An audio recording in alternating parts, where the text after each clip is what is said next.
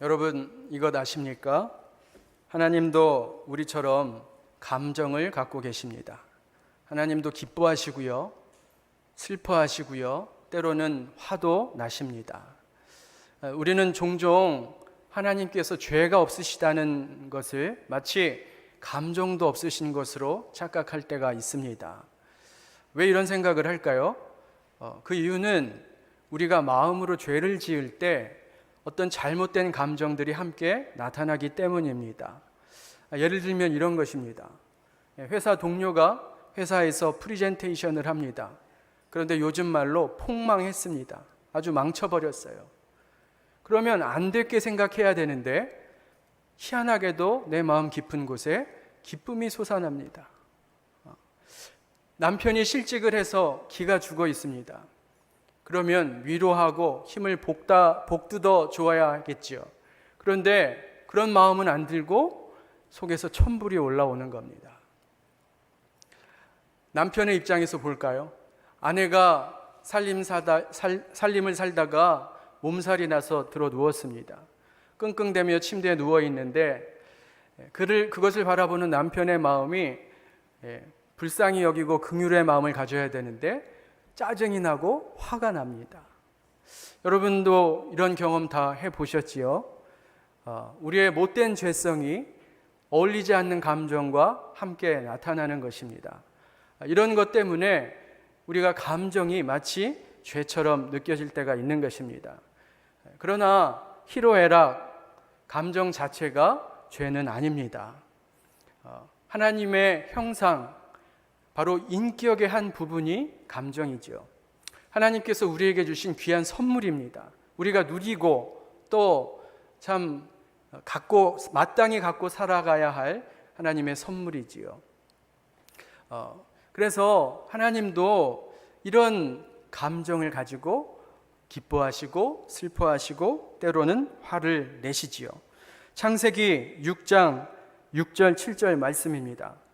여호와께서 사람의 죄악이 세상에 가득함과 그의 마음으로 생각하는 모든 계획이 항상 악할 뿐임을 보시고 땅 위에 사람 지으셨음을 한탄하사 마음에 근심하시고, 여기 한탄하다라는 말이 히브리어로 나함인데 한숨 짓다, 슬퍼한다라는 뜻입니다. 하나님께서 깊은 한숨과 함께 매우 슬퍼하신다는 뜻이죠. 또한 하나님께서는 기뻐하시기도 합니다. 우리가 잘 아는 스바냐서 3장 17절 말씀입니다. 우리가 잘 아니까 한번 읽어볼까요? 같이 시작. 너의 하나님 여호와가 너희 가운데 계시니 그는 구원을 베푸실 전능자이시라. 그가 너로 말미암아 기쁨을 이기지 못하시며 너를 잠잠히 사랑하시며 너로 말미암아 즐거이 부르며 기뻐하시리라 하리라. 하나님께서 우리를 바라보시면서 기뻐하십니다. 어느 정도로 기뻐하시는가? 그 기쁨을 주체할 수 없을 정도로, 참 멋진 표현 아닙니까? 그 기쁨을 이기지 못할 정도로 하나님이 우리를 바라보시며 기뻐하신다. 여러분, 세상의 수많은 우상들을 한번 보십시오. 아주 그럴듯하게 감정 있는 것처럼 만들어졌습니다. 자비한 얼굴로, 웃는 얼굴로, 환한 얼굴로 살아있는 듯 이렇게 우상은 만들어졌지요. 그런데 모양은 그럴듯한데 실상은 다 죽은 우상입니다. 절대 반응하지 않습니다. 반응할 수 없습니다. 그게 바로 우상의 실체예요. 반면에 우리 하나님은 영이십니다. 그렇기 때문에 눈에 보이시지는 않습니다. 그렇지만 지금도 살아계시고 우리의 예배에 반응하시고 화답하시는 분인 줄로 믿습니다. 지금 우리와 함께 하세요. 여러분, 믿음이 좋다는 것은 무엇인지 아십니까? 믿음이 좋다는 것은 바로 그분의 희로애락, 하나님의 희로애락, 그 마음을 헤아리는 것, 이것이 바로 믿음이 좋다는 의미입니다. 하나님이 지금 나의 모습을 보시면서 슬퍼하시는구나, 하나님이 지금 내 모습을 보시면서 기뻐하시는구나, 하나님이 나 때문에 화가 나셨구나, 이런 것들을 민첩하게 알아차려서 우리가 반응하는 것, 이것이 바로 믿음이 좋다는 것의 의미입니다. 여러분, 부모님 공경하는 것도 마찬가지 아닙니까? 부모님 공경이라는 것이 뭡니까? 부모님의 마음을 헤아리는 것이지요. 지금 부모님이 어떤 마음을 갖고 계시는가? 기분이 언짢으신지, 화가 나셨는지, 서운하셨는지, 그것을 헤아리는 것, 이것이 바로 부모 공경의 첫걸음 아닙니까? 어떤 어르신이 그런 얘기 하시더라고요. 선물도 좋고 밥 먹는 것도 좋은데 나는 현금이 제일 좋아. 그 부모님의 마음을 헤아려 드리는 것이죠. 오늘 본문을 보면 하나님께서 매우 화가 나셨다는 것을 알게 됩니다. 이스라엘 백성이 하나님께 간절히 부르짖습니다. 부르짖으며 살려주십시오. 우리를 구원하여 주소서. 우리를 살려주소서. 이렇게 기도하는데 하나님께서 뭐라고 대답하는 줄 아십니까? 우리 13절을 같이 한번 읽겠습니다. 사사기 10장 13절입니다. 시작. 너희가 나를 버리고 다른 신들을 섬기니 그러므로 내가 다시는 너희를 구원하지 아니하리라. 이 13절에서 다시는이라는 말에 주목해 보십시오. 여기에 하나님의 서운하신 마음, 상한 마음이 담겨 있습니다. 내가 다시는 너희를 구원하지 아니하리라. 한 할아버지가 아이스크림을 좋아하는 할머니를 생각하면서 꾸깃꾸깃 접어두은 비상금 2만 원을 투자를 했습니다. 베라, 여러분 베라 아세요? 베스킨 라빈스, 거기에 가서 패밀리 사이즈로 이렇게 아이스크림을 큰 거를 하나 준비했습니다. 더운 날에 우리 할머니랑 알콩달콩 나눠 먹어야지 하고 기쁜 마음으로 집에 갔는데 이게 웬 날벼락입니까? 하나님이랍니다. 할머니가 난리가 났습니다. 이 앞에 마트에서는 1,000원에 3개면 아이스크림 사는데 뭐 때문에 이렇게 쓸데없이 이런 걸 사왔느냐 하고 난리가 난 거예요. 더운데 참 잘 사왔네 우리 할아범 하고 칭찬해주면 좋겠건만 이렇게 이야기를 한 겁니다. 그랬더니 할아버지가 어떻게 말합니까? 내가 다시는 뭐 사오나 봐라. 내가 돈이 썩어서 버려도 내가 다시는 뭐 안 사온다. 여러분, 이게 바로 다시는에 담겨 있는 감정입니다. 하나님은 은혜로우시고 자비로우신 분이세요. 이스라엘을 정말로 사랑하시는 분입니다. 그런 하나님이 이스라엘에게 이렇게 말하는 겁니다. 내가 다시는 너희를 구원하지 아니하리라. 나에게 기도하지 마라. 나에게 기도하지 말고 간구하지 말아라. 내가 다시는 너희를 구원하지 않을 것이다. 하나님께서 단단히 화가 나신 것입니다. 어떤 사연이 있겠지요? 사연은 이런 것입니다. 이스라엘은 전적으로 하나님의 은혜로 세워진 나라입니다. 원래 이스라엘이라는 나라는 존재하지 않았어요. 그런데 아브라함을 하나님이 처음 부르시고 그 아브라함의 혈통을 통해서 이스라엘을 세우셨습니다. 야곱의 때에는 70명이 전부였습니다. 일개 한 가족일 뿐이었습니다. 그런데 그 야곱 일가족이 애굽에 가서 무려 200만이 넘는 큰 민족을 이루게 됩니다. 하나님이 하신 거지요. 그리고 마침내 때가 되어서 하나님이 그 이스라엘 민족을 출애굽하십니다. 노예로부터 자유케 하시고 뿐만 아니라 약속의 땅, 가나안 땅이라는 젖과 꿀이 흐르는 땅을 주셨어요. 이제 이스라엘 백성이 그 약속의 땅, 가나안 땅에 들어갔습니다. 그러면 거기서도 하나님을 잘 섬기고 하나님만 믿고 의지하며 살아가야 하는데 그런 하나님을 배신한 겁니다. 이런 것을 배은망덕이라고 하지요.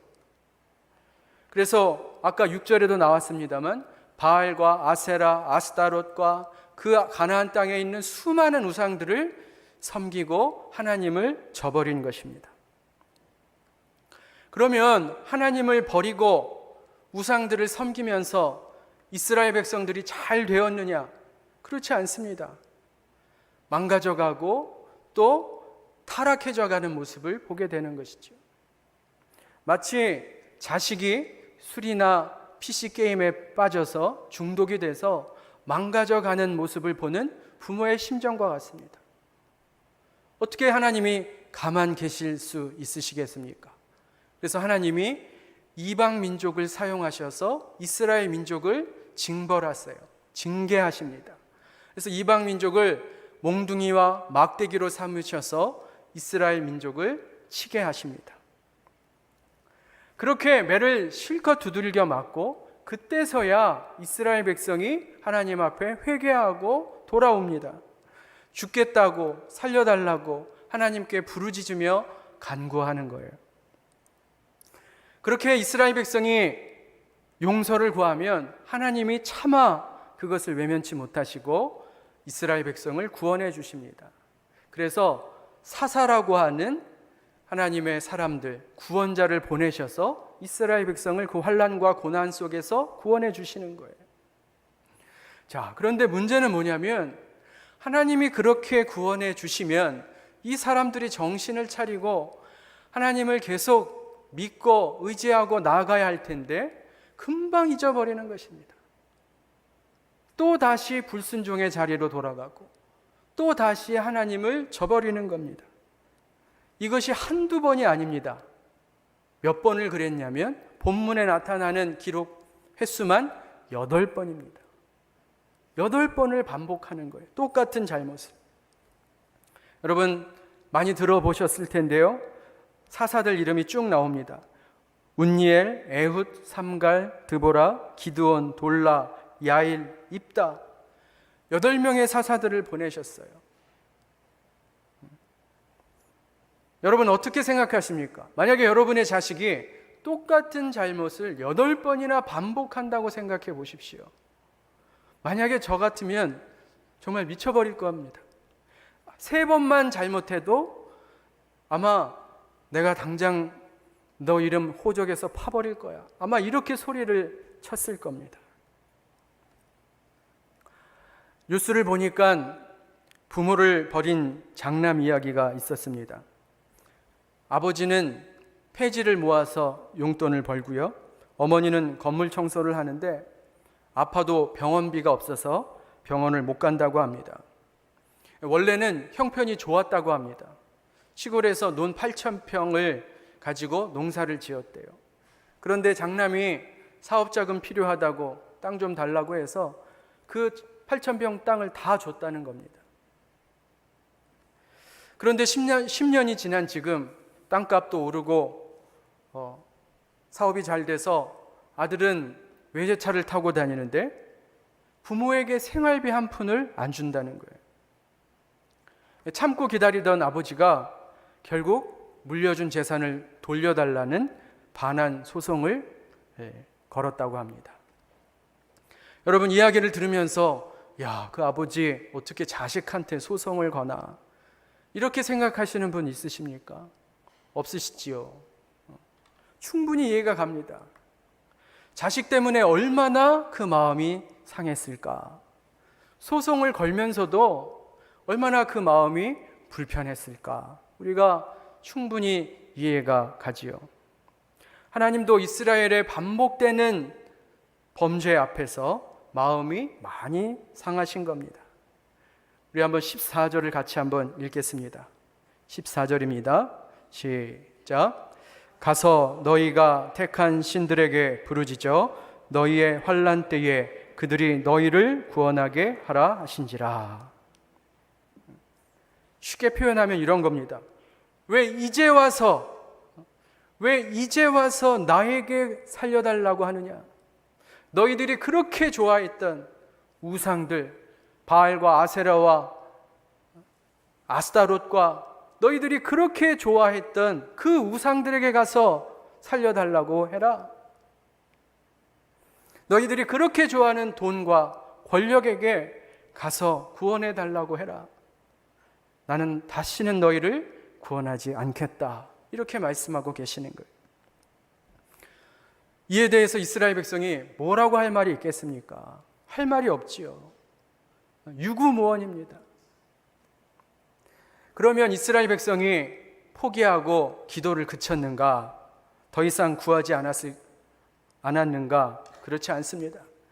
그래도 이스라엘 백성이 끝까지 하나님 앞에 기도합니다. 우리 15절을 같이 한번 보겠습니다. 15절 같이 한번 읽어볼까요? 시작.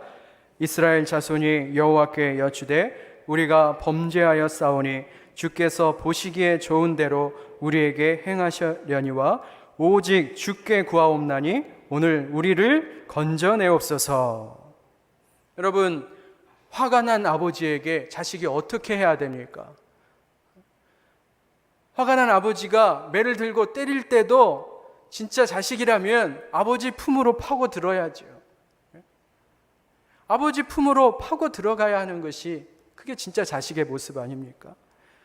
다행히 이스라엘 백성들은 기도를 멈추지 않고 그 하늘 아버지의 품으로 파고 들었습니다.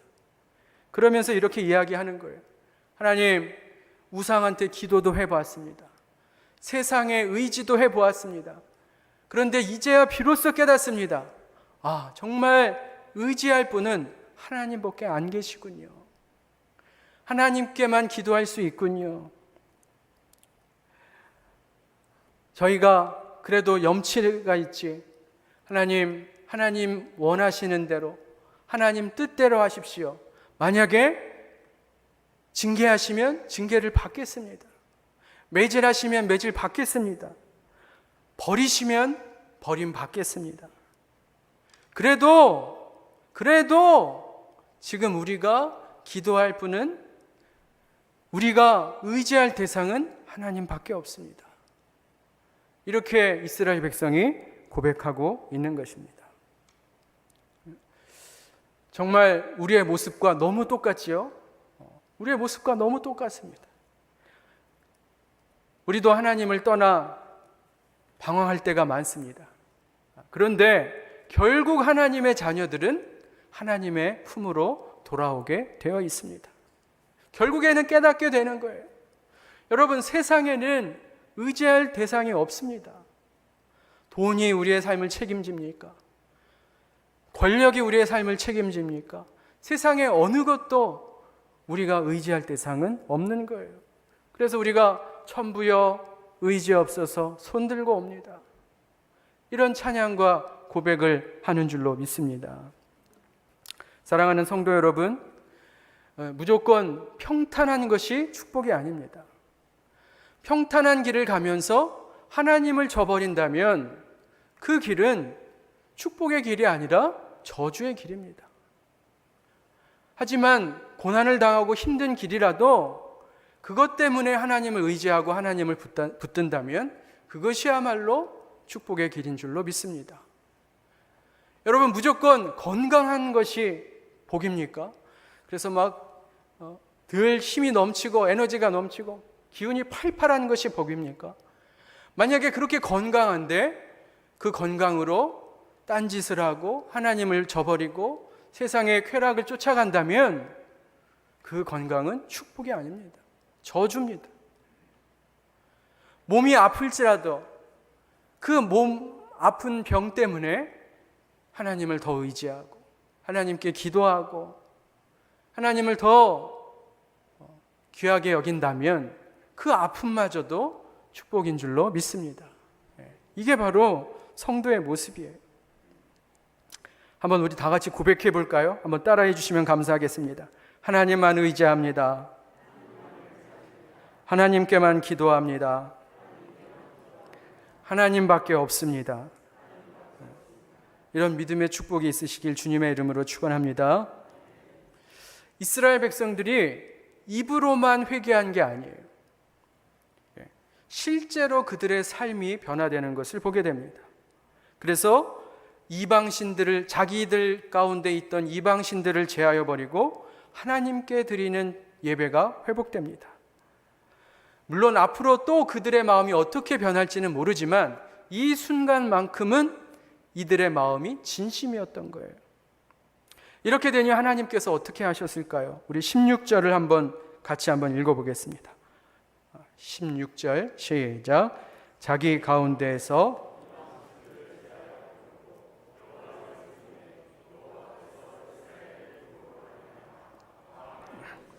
근심하시니라. 하나님이 어떻게 하셨다고요? 하나님이 마음에 근심하시니라. 쉽게 말하면 이것입니다. 하나님께서 이스라엘을 더 사랑하셔서 저 주기로 마음에 작정하셨다. 하나님께서 이스라엘을 너무나 사랑하시기 때문에 저 주시기로 마음 먹으셨다는 겁니다. 여러분, 하나님을 8번이나 배반한 이스라엘을 하나님이 팽하신다고 해서 어느 누가 하나님을 비방할 수 있겠습니까? 지금은 진심으로 회개한다 말하지만 그들의 마음이 또 어떻게 변개할지 누가 압니까? 그럼에도 불구하고 하나님은 이스라엘을 다시 구원해 주시는 겁니다. 왜요? 그만큼 이스라엘을 사랑하시기 때문입니다. 성경에는 하나님께서 저 주시는 사랑을 베풀어 준 그런 성경의 인물들이 많이 나옵니다. 그 대표적인 인물이 야곱입니다. 여러분, 야곱이란 이름의 뜻을 아십니까? 다른 사람의 뒤꿈치를 잡는 사람이란 뜻이에요. 우리식으로 표현하면 남의 등을 쳐먹는 사람이란 뜻입니다. 야곱은 인내로 하나님의 때를 기다리기보다는 늘 자신의 꾀로 뭔가 일을 풀어가려고 했던 사람입니다. 형 에서의 장자권과 축복 기도를 교묘한 술수로 빼앗았지요. 외삼촌 라반의 집에서도 꾀로 그 재산을 자신의 것으로 만듭니다. 온갖 수단 방법 가리지 않고 살았습니다. 그런데 이제 나이 들어서 고향 땅에 가려고 하니 형 에서가 너무 두려운 겁니다. 그래서 여러 가지 방법을 간구해요. 집으로 돌아가는데, 고향으로 돌아가는데 자신의 재산을 세 무리로 나눕니다. 그리고 그것을 에서에게 선물로 제공하기로 작전을 짜요. 왜 시간차를 두고 하냐면 한꺼번에 주는 것보다 시간차를 둬서 선물을 제공함으로 에서의 마음이 계속 기대하게 만드는 것이죠. 그리고 마지막에는 자기 아내들과 조카들을 세워서 이제 심리작전을 피는 겁니다. 그리고 자신은 맨 마지막 뒤에 쳐져서 따라가는 거예요. 왜 그렇습니까? 여차하면 주랭랑을 치려고 하는 거예요. 자신의 꾀로, 자신의 생각으로 이렇게 준비를 딱 하고 고향으로 돌아가는데 이제 야복 강가에서 홀로 서 있는 겁니다. 그때 하나님이 야곱을 찾아오세요. 야곱을 찾아오십니다. 그리고 씨름을 거세요. 많은 주경학자들은 이 씨름을 기도로 해석을 합니다. 하나님이 야곱에게 기도를 시키신 거예요. 여러분, 우리의 삶에도 하나님이 우리에게 강제로 기도를 시키실 때가 있습니다. 언제 그러냐면 하나님을 바라보지 않고 세상의 헛된 것에 우리의 마음과 시선을 뺏겼을 때예요. 그래서 그 헛된 것을 쫓아서 나의 삶을 방황하고 있을 때, 그때 하나님이 급하시면 우리에게 강제적으로 기도를 시키십니다. 그런 기도할 수밖에 없는 환경을 만드시는 거예요. 그래서 야곱의 얼굴을 자신의 시선으로 고정시켜서서 나를 바라봐라, 나만 의지해라, 나만 쳐다봐라, 이렇게 하나님이 야곱의 시선을 고정시키시는 거예요. 그래서 밤을 꼴딱 새며 야곱이 하나님과 함께 기도를 하게 됩니다. 창세기 32장 26절의 말씀입니다. 야곱이 이르되 당신이 내게 축복하지 아니하면 가게 하지 아니하겠나이다. 날이 새도록 기도하면서 야곱이 드디어 깨닫습니다. 아, 그렇구나. 이 형 에서와의 문제는 내 힘으로 될 게 아니구나. 내 머리로, 내 지혜로 될 것이 아니구나. 결국 하나님이 풀어주셔야 하는구나. 하나님이 화목하게 만드셔야 하는구나. 그때서야 깨닫게 되는 것입니다. 그러면서 이제 고백하는 거예요. 하나님, 다른 것 의지하지 않겠습니다. 오직 하나님만 의지합니다. 하나님, 이 문제를 해결해 주옵소서. 그때 하나님이 이렇게 답하십니다. 창세기 32장 28절입니다. 우리 같이 한번 읽어볼까요? 시작. 그가 이르되 내 이름을 다시는 야곱이라 부를 것이 아니요 이스라엘이라 부를 것이니 이는 내가 하나님과 및 사람들과 겨루어 이겼음이니라. 야곱의 이름을 뭘로 바꿔주십니까? 이스라엘로 바꿔주시는 거예요. 여러분, 이스라엘이라는 이름의 뜻이 무엇인지 아십니까? 하나님을 이겼다, 하나님을 이긴 자. 여러분, 정말 야곱이 하나님을 이긴 걸까요? 아닙니다. 하나님이 야곱에게 져 주신 거예요. 누가복음 15장에 보면 우리가 잘 아는 탕자의 이야기가 나옵니다. 여러분, 멀쩡히 살아있는 아버지에게 그 당시에 유산을 달라고 하는 것은 그 아버지 빨리 죽으라는 소리예요. 유산 달라고 하는 이야기는 아버지 빨리 죽으면 내가 좋겠소, 이런 뜻이에요.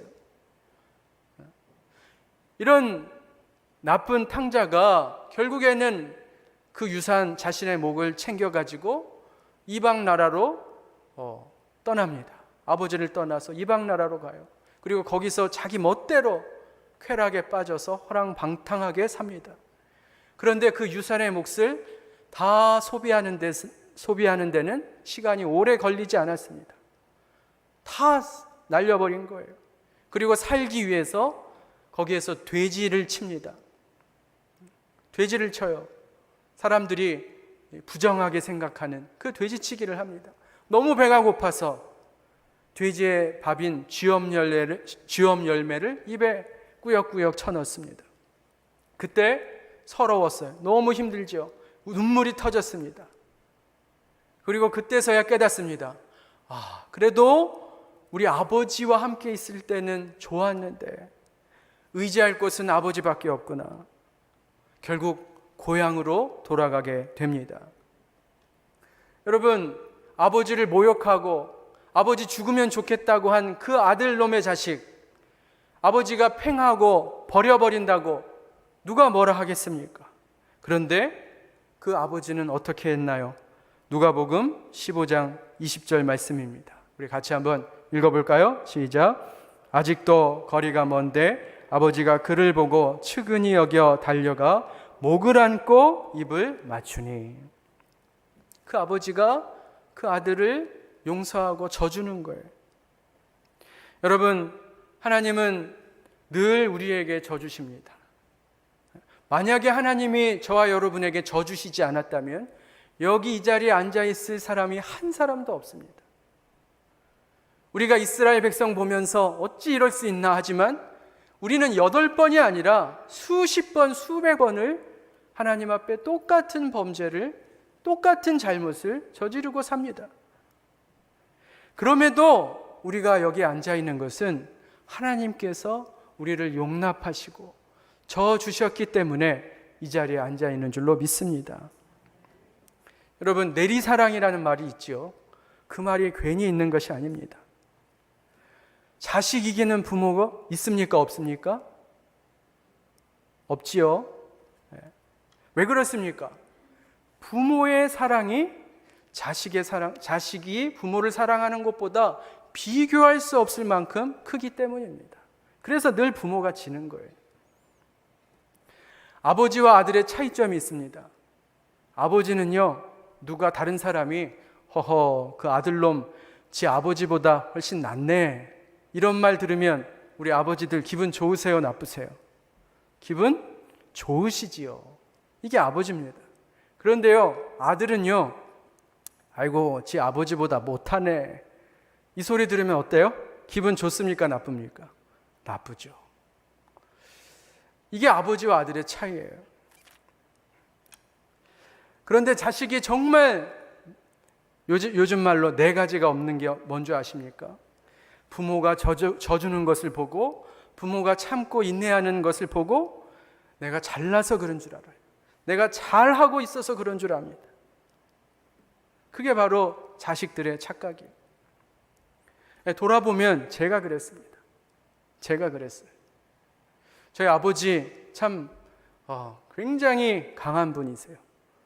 절대로 지는 것을 받아들이지 못하는 분, 늘 이겨야 마음이 풀리는 분이십니다. 그래서 늘 수석을 하시고 1등을 해야 속이 풀리시는 분이세요. 그래서 밤새 공부하며 쌍코피가 터지도록 공부하고 일하셨던 분입니다. 세상에서도 늘 이기는 데 익숙하신 분이셨어요. 그런데 그런 분이, 그렇게 강한 분이 돌아보면 아들인 저에게는 늘 져주시는 거예요. 제가 원하는 대로, 제 뜻대로 용납하시고 인정해 주셨던 것을 이제야 깨닫습니다. 그런데 그때 저는 제가 옳다고 생각했고 제가 잘났다고 생각을 했습니다. 그렇게 착각을 하고 사는 겁니다. 딸 바보 시인 나태주 시인이 있습니다. 그분이 가장 예쁜 생각을 너에게 주고 싶다라는 시집을 쓰셨어요. 그 안에 너에게 감사라는 시가 있습니다. 제가 한번 읽어드리겠습니다. 사랑하는 사람들 사이에서는 더 많이 사랑하는 사람이 단연코 약자라는 비밀. 어제도 지고 오늘도 지고 내일도 지는 일방적인 줄다리기. 지고서도 오히려 기분이 나쁘지 않고 홀가분하기까지 한 게임. 사랑하는 사람들 사이에서는 더 많이 지는 사람이 끝내는 승자라는 비밀. 그걸 깨닫게 해준 너에게 감사한다. 여러분, 사랑이란 다른 것이 아닙니다. 상대방에게 져주는 것입니다. 여러분, 남편들 사랑하십니까? 그렇다면 남편에게 져주시기 바랍니다. 여러분, 아내를 사랑하십니까? 그러면 아내에게 져주세요. 우리 교회 안에서 늘 사랑을 외치지요. 지체를 사랑하자, 성도를 사랑하자. 만약에 사랑한다면 그 지체에게 져주시기 바랍니다. 여러분, 왜 가정이 파괴됩니까? 왜 교회가 자꾸 분열되고 분쟁이 생깁니까? 다들 이겨먹으려고 하는 거예요. 핏대를 세우고 내가 꼭 이겨야만 직성이 풀리는 것입니다. 그런데 그것은 절대로 사랑하는 모습이 아니에요. 그렇게 이겨먹으려고 하면서 어떻게 우리가 사랑을 얘기할 수 있습니까? 우리의 알량한 자존심, 그 자존심을 내려놓아야 합니다. 자존심을 버리고 내가 져줄 때 우리의 가정이 살 줄로 믿습니다. 우리의 교회가 살게 되는 거예요. 여러분, 사랑이라는 것은 그냥 막연한 구호가 아닙니다. 기독교처럼 사랑 이야기를 많이 하는 곳이 없지요. 그런데 현재 실상은 어떻습니까? 조금도 손해보지 않고 조금도 지고 살지 않으려고 하는 그런 모습으로 우리가 살아가고 있다는 것입니다. 여러분, 져주는 것이 내가 믿음 안에서 큰 자임을 나타내는 것임을 꼭 믿으시기 바랍니다. 어떤 분은 이렇게 말씀하실지 모르겠어요. 저는 이미 아내에게 늘 지고 삽니다. 훌륭하십니다. 잘하고 계세요. 그런데 약점 잡혀서 지는 거 말고요. 어떤 분은 술 먹다 큰 실수를 범했어요. 그래서 두고두고 그게 약점이 잡혀서 아내가 그걸 약점 잡아서 늘 아내한테 지고 삽니다. 그렇게 사는 거 말고요. 내가 더 사랑해서 져주시기 바랍니다. 만약에 사랑해서 지지 않고 그렇게 지는 것은 사랑해서 지지 않으면요, 내 마음속에 울분이 쌓입니다. 사랑해서 지지 않으면 내 마음속에 원통함이 쌓여요. 그러나 더 사랑해서 져줄 때 우리는 기분이 나쁘지 않습니다. 여러분, 예수 그리스도의 십자가를 바라보십시오. 거기에 원통함이 있습니까? 거기에 울분이 있습니까? 억울함이 있어요? 예수님이 십자가에 못 박혀 죽으시면서 내가 참 억울하다 이렇게 죽다니, 그런 모습이 보였습니까? 아니지요. 예수님은 기꺼이 자신의 삶을 세상 사람들이 바라보면 루저의 모습이에요. 패배한 자의 모습입니다. 그러나 예수님은 기꺼이 루저 되기를 자원하셨습니다. 그게 바로 십자가의 의미인 거예요. 여러분, 오늘 우리에게 주님께서 말씀하십니다. 사랑한다면 져주라. 그것이 바로 우리의 가정을 살리고 우리 교회를 살리고 공동체를 살릴 줄로 믿습니다. 우리 아버지가, 하늘 아버지가 그리하셨던 것처럼, 우리 예수 그리스도께서 십자가에서 그리하셨던 것처럼 저와 여러분이 더 많이 사랑해서 져주는 그런 복된 삶 사시기를 주님의 이름으로 축원합니다. 기도하겠습니다. 하나님 아버지, 그렇습니다. 하나님의 크신 사랑으로 우리를 용납하시고 져주시지 않았다면 우리가 어찌 이 자리에 있겠습니까? 그 하나님의 큰 사랑과 용납하심을 잊지 않게 하시고 우리도 하나님 아버지처럼 서로 간에 용납하고 져주는 하나님의 귀한 성도들 다 되게 하여 주옵소서. 귀하신 예수님의 이름으로 기도하옵나이다. 아멘.